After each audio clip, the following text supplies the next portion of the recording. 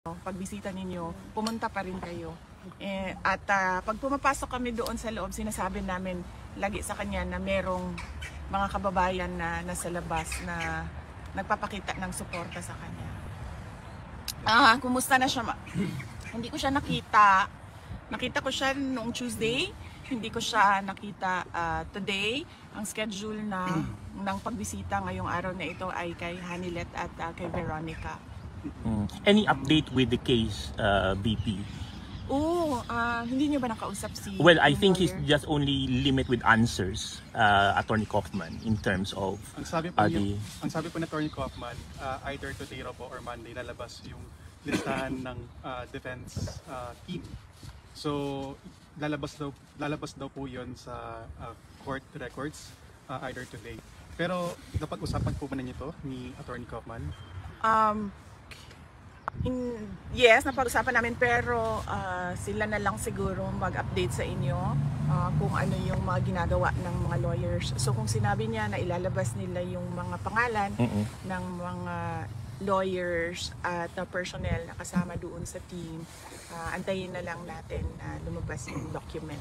Ma'am, nabanggit niyo rin po last time na sabi niyo po na inaayusin niyo lang po ang system dito sa The Hague. Yung system po yung tungkol po dito sa case ni former President. And ngayon po ma'am, nalalabas na po either today or Monday yung list ng names ng defense team. Ano pong inaasahan action from your side, ma'am? Kayo po ba iuwi na ng Pilipinas or ano po bang gagawin ninyo ngayon, ma'am? Tapos na yung trabaho ko dito. Yung nakita ninyo kanina, pinasok ko na naka-green na envelope. Yun yung huling-huling document na hinihingi sa akin galing sa ICC Detention Unit. At nabuo na rin namin yung legal team, yung bagong lawyer, yung isa doon kanina ay na-meet na rin ni Pangulong Duterte ngayong araw na ito. Meron na rin kaming sistema sa schedule ng mga lawyers at sistema sa liaisoning kung sino yung mag-uusap about legal matters, kung sino yung mag-uusap about mga pangangailangan ni Pangulong Duterte sa loob. At naayos na rin namin magkakapatid yung scheduling ng kung sino yung maiiwan at darating sa susunod na 2 buwan. So that's April and May. So ngayon, nandito si Veronica. Ang susunod na darating ay si Paulo, si Congressman Pulong Duterte. Kakakuha lang niya, kaka-approve lang ng kanyang visa. Nagpapasalamat kami sa tulong ng Dutch Embassy in the Philippines para makakuha siya ng visa niya to come here. So pag alis ni Hanilet, bago umalis si Hanilet, darating si Congressman Pulong Duterte. And hindi pa namin ma-confirm ang pagdating ni Mayor Sebastian Duterte, pero supposedly dapat siya yung susunod. Pag alis ni Congressman Pulong Duterte, dapat nandito na siya sa The Hague para kung ano man yung allowed na visits para sa pamilya dyan sa loob ay meron lagi family member na pumapasok doon at nakakausap ni Pangulong Duterte at nakakapagbigay ng updates sa kanya kung ano yung nangyayari dito sa labas, kung ano yung nangyayari sa atin sa Pilipinas, sa ating bayan. Ma'am, magpapasitabi lang po ako sa next question ko, ma'am. Nabanggit po ninyo na sa darating po na 2 buwan ay meron pong mga kamag-anak, kapamilya po ng dating Pangulo na magbabantay or pupunta po dito sa The Hague. Sino po ang magpapondo nitong mga pagpunta po ng mga kamag-anak ninyo dito? Hindi namin napag-usapan yan. Kasi meron namang trabaho lahat. Si Hanilet ay merong mga negosyo. Ako, meron akong trabaho, may sweldo ako. Meron din akong other income na tinatawag. Ang aking kapatid na si Congressman Pulong ay meron din trabaho and meron din sweldo si Mayor Baste. So hindi namin napapag-usapan yung pera. So ang tawag sa amin ay KKB. Kanya-kanyang bayan. Willing kami buong Pilipinas at buong mundo tumulong. May pera nga kami. Yun din po ang napag-usapan. Willing kami buong mundo, ma'am. Napag-usapan namin magkakapatid na hindi tumanggap ng donation at hindi humingi ng tulong. At kung kailangan man magbenta ng mga gamit, ay yun ang gagawin para magkaroon ng financial support sa aming kailangan gawin dito. Ma'am, Yes. may pronouncement si Senator Amy Marcos. Parang obviously, she's now no longer part of the administration party. Did she even communicate with you? Because you were friends before.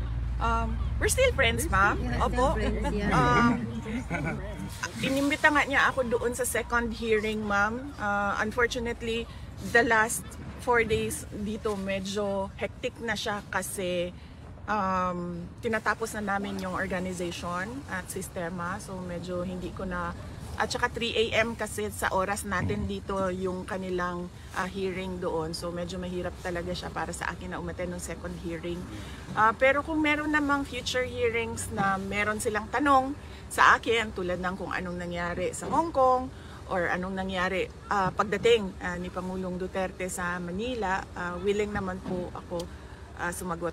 At yes, so yun, inimbita niya ako, ma'am, kaso hindi kaya ng schedule ko na gumawa na umattend online.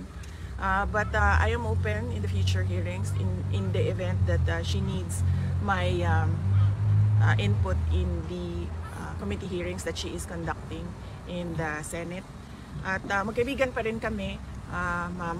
Hanggang ngayon wala namang problema doon. I think siguro yung I would like to believe, I do not know her side, but I would like to believe that the friendship is already beyond politics dahil sa mga nangyari. Hindi magandang nangyari at meron pa rin kaming open lines of communication. Dalawa lang yun, ma'am. It's either nagpaplastikan kami or it's really beyond friendship. I would like to believe that it's beyond politics already. So I would like to believe it's a friendship beyond politics already. Vice President, there's a statement by the Senate President, Chis Escudero, that he said, as of February, you are now not a longer Vice President anymore. It's a contradictory statement. It's because the impeachment process is not even started. So how are you going to react with regards to his statement that you are no longer president as of February? Okay. So I've not read his statement, so I do not know the entirety of what he said. And if he did said that, I do not know the context of why he said that. So I will not comment on it at this point. But if I read the statement, I will let you know. Okay, thank you. One follow-up question. Opo, ma'am. 3 years down the road, alliances. Medyo parang yung alliances nyo when you did allied with the Marcoses now is no longer there. Are you still willing to make alliances with other political figures or families? Oh! Mahirap na sagot. Actually, that is something that I discussed with Senator Robin Padilla, because right now he is the president of PDP Laban, and their chairman, former President Rodrigo Duterte, is inside the detention unit. So I was asking him what his plans are, because PRD is no longer there to campaign, and he said that he's planning, ako ata yan,